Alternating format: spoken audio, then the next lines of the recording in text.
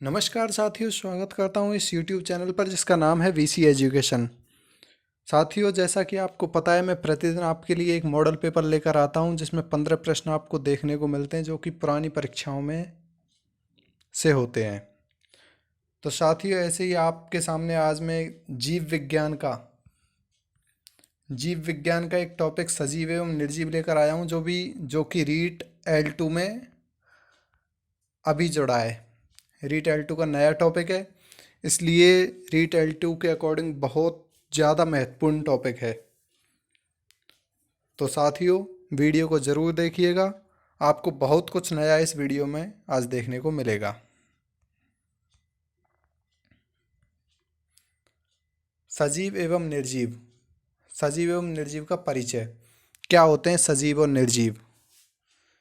वे जीव जिनमें श्वसन, गति, वृद्धि, जनन, पोषण आदि क्रियाएं पाई जाती हैं सजीव होते हैं। मतलब ऐसे जीव जिनमें श्वसन की क्रिया पाई जाती है, श्वास लेते हैं और छोड़ते हैं। ऐसे जीव जो गति करते हैं, जिनमें वृद्धि होती है, जिनमें जनन की प्रक्रिया पाई जाती है तथा पोषण की प्रक्रिया पाई जाती है, उन्हें सजीव कहते हैं। कौन कौन से जीव हैं ऐसे? जैसे गाय।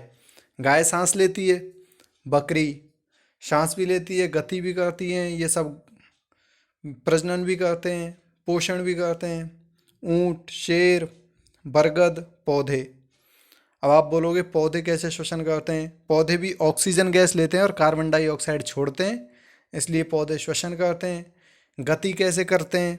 तो जैसे सूरजमुखी का पौधा प्रकाश की ओर मुड़ता हुआ जाता है तो वो सूरजमुखी के पौधे की गति हो गई।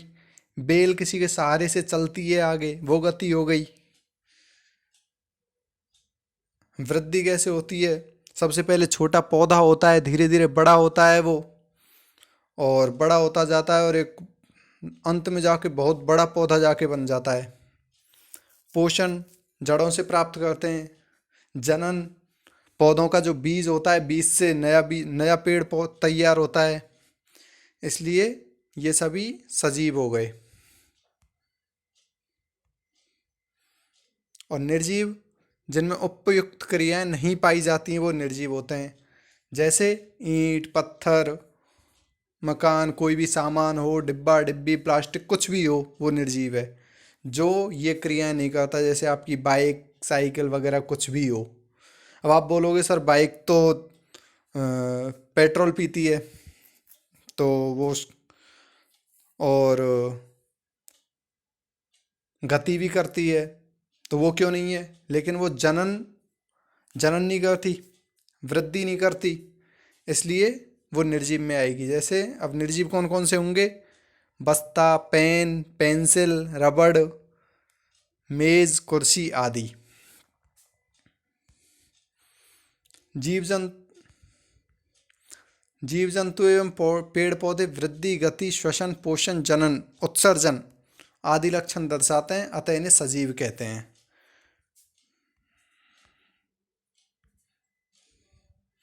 हमारे परिवेश में पाए जाने वाले पेड़ पौधे एवं वस्तुओं को मुख्य रूप से दो वर्गों में विभाजित किया गया है। कौन कौन से? एक तो सजीव और एक निर्जीव। अब सजीव में क्या क्या आएंगे? समस्त पादप, जंतु एवं सूक्ष्म जीव। और निर्जीव में समस्त पादप, जंतु एवं सूक्ष्म जीवों के अतिरिक्त कुछ अन्य वस्तुएं। अब सजीव और निर्जीव में अंतर क्या है?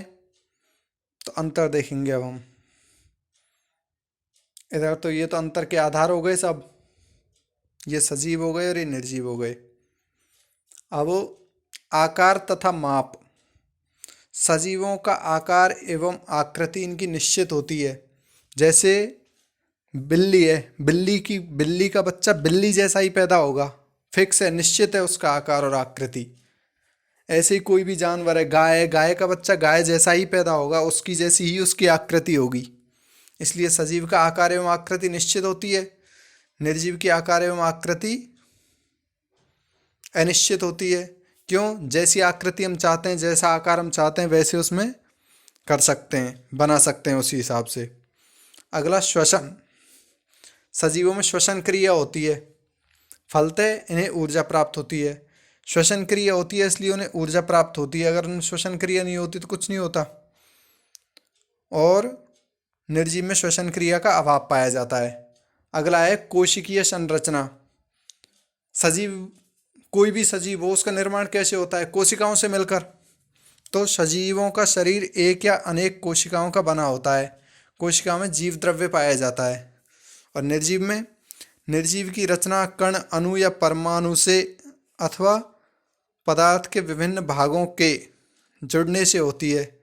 इनमें कोशिकीय संरचना का अभाव होता है। इनमें कोशिकाएं मिलकर कोई वस्तु नहीं बनाती हैं। इसमें पदार्थ ही मिलकर वस्तु बनाएंगे। जैसे बाइक बनानी है, बाइक के लिए टायर चाहिए, सीट चाहिए, हेडलाइट चाहिए, वो सब मिलकर एक बाइक बनेगी। कोशिका नहीं मिलेंगी इसमें, इसलिए निर्जीव हो जाएगा। अगला है पोषण। सजीव भोजन ग्रहण करते हैं। कार्बोहाइड्रेट, विटामिन, ऊर्जा, प्रोटीन, जल आदि की आवश्यकता इन्हें रहती है। और निर्जीव, इनमें कोई जैविक क्रिया न होने के कारण भोजन की जरूरत इन्हें नहीं होती है।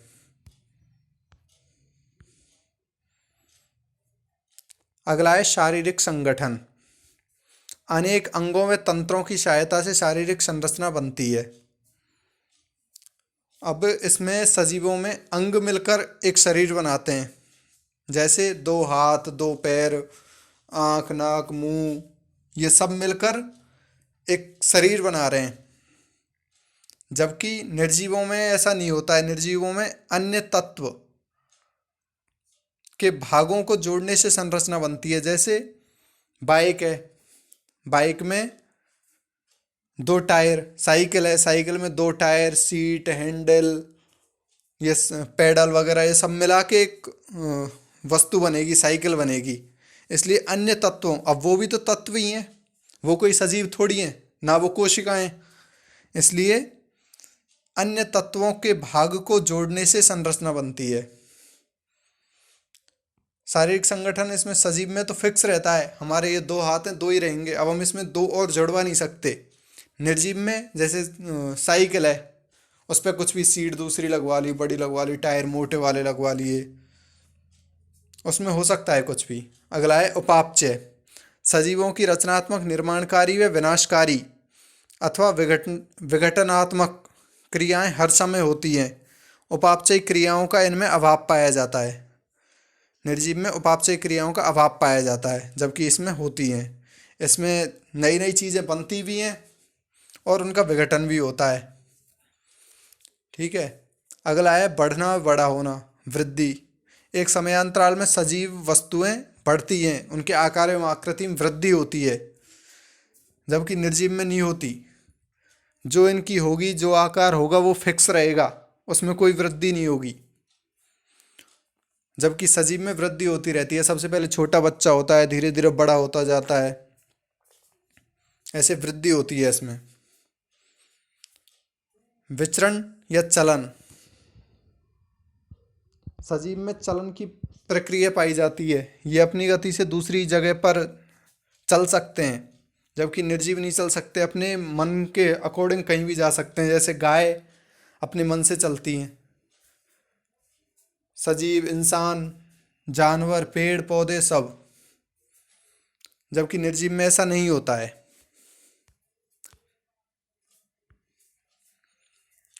अगला है प्रजनन। सजीवों में प्रजनन की क्रिया पाई जाती है, जबकि निर्जीव में नहीं पाई जाती। अनुभव एवं भावनाएं। इनमें अनुभव एवं भावनाएं होती हैं सजीवों में, जबकि निर्जीव में नहीं होती। मरण। सजीव का एक जीवन चक्र होता है। अगर वो जन्म लेता है तो उसकी मृत्यु भी निश्चित होती है, निश्चित जीवन चक्र होता है उसका। जबकि निर्जीव का ऐसा कुछ नहीं होता। निर्जीव ठीक है, रखा है वहाँ रखा रहेगा, चल रहा है, सालों तक चल रहा है, कुछ नहीं होता उसको। ठीक है, विखंडित होता है थोड़ा बहुत, पर ऐसे ज़्यादा कोई फर्क नहीं पड़ता। अब आ गए सजीवों के लक्षण। सजीव भोजन ग्रहण करते हैं। अब आप बोलोगे पेड़ पौधे कैसे करते हैं? प्रकाश संश्लेषण क्रिया द्वारा। सजीव वृद्धि करते हैं। पौधा भी एक छोटा होता है, धीरे धीरे बड़ा होता जाता है। ऐसे इंसान, ऐसे जानवर, सब में ऐसी वृद्धि होती है। सजीव श्वसन करते हैं, सांस लेते हैं, ऑक्सीजन गैस लेते हैं और कार्बन डाइऑक्साइड छोड़ते हैं। सजीव स्वयं गति करते हैं, आप अपने मन से जहाँ मन करता है वहाँ चल देते हो। सजीव संवेदनशील होते हैं, इनके अंदर संवेदनाएं पाई जाती हैं तथा उद्दीपनों के प्रति अनुक्रिया करते हैं। उद्दीपनों के प्रति अनुक्रिया मतलब आपके पैर में कांटा चुभता है, आप पैर पीछे लेके जाते हो तुरंत ही। घर में अच्छा भोजन बनता है, आपके मुंह में लार आने लग जाती है। ये सब उद्दीपनों के प्रति अनुक्रिया है। आप बोलोगे पौधों में कैसे होती है उद्दीपनों के प्रति अनुक्रिया, तो छुई मुई का पौधा होता है, छुई मुई के पौधे से आप जैसे ही हाथ लगाओगे मुरझा जाएगा, तो उद्दीपन के प्रति अनुक्रिया है। ऐसे ही कमल का फूल है, दिन में खिला रहता है, शाम को अपने आप मुरझा जाता है, वो भी उद्दीपन के प्रति अनुक्रिया है। अगला है सजीवों में उत्सर्जन क्रिया होती है, सजीवों में प्रजनन क्रिया होती है, सजीवों का जीवन काल निश्चित होता है। ये 8 सजीवों के लक्षण हैं: वृद्धि करना, भोजन ग्रहण करना, श्वसन करना, उद्दीपनों के प्रति अनुक्रिया करना, गति करना, उत्सर्जन करना, प्रजनन क्रिया, निश्चित जीवन काल। अगर इनमें से एक भी काम अगर सजीव किसी भी जानवर में, किसी भी चीज़ में नहीं हो रहा है तो वो सजीव नहीं होगा। आप चेक करके देख सकते हो।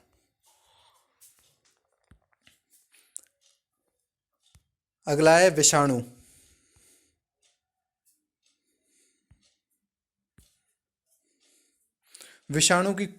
विषाणु क्या होता है? विषाणु की खोज किसने की? विषाणु की खोज की इवानोवस्की ने। टीएमवी की खोज की थी इसने सबसे पहले। अब विषाणु क्या होता है? विषाणु सजीव और निर्जीव के बीच की एक योजक कड़ी को कहा जाता है। सजीव और निर्जीव के बीच की योजक कड़ी कैसे?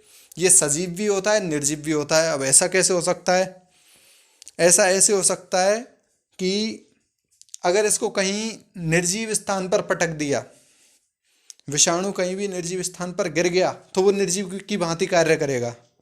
वो जब तक वहीं पे पड़ा रहेगा जब तक कोई सजीव के संपर्क में वो नहीं आता है। जैसे ही सजीव के संपर्क में वो आएगा, जैसे ही सजीव के अंदर वो प्रवेश करेगा, सजीव के अंदर प्रवेश करते ही वह सजीवों की भांति कार्य करने लगेगा, प्रजनन करेगा तथा धीरे धीरे अपने और विषाणु उसके शरीर में छोड़ेगा तथा उसको नुकसान पहुंचाता है। जैसे कि अभी लेटेस्ट में चल ही रहा है कोरोना वायरस। विषाणु निर्जीव वस्तुओं के संपर्क में जब तक रहते हैं तब तक निर्जीव अवस्था में रहते हैं। सजीवों के संपर्क में आते ही जीवित प्राणी की भांति वृद्धि एवं जनन करते हैं। कोरोना वायरस का क्या है सिस्टम? ठीक है, अगर कहीं शांति से पड़ा है तो वहाँ बैठा रहेगा, कोई दिक्कत नहीं है।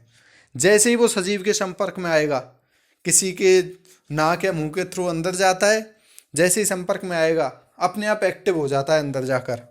अपने आप वो नहीं जाता, आप खुद उसको लेकर जाते हो अपने पास। इसलिए कहीं भी अगर आप हाथ टच करते हैं, हाथ साबुन से अच्छी तरह धोएं, सैनिटाइज करें, मास्क का प्रयोग करें।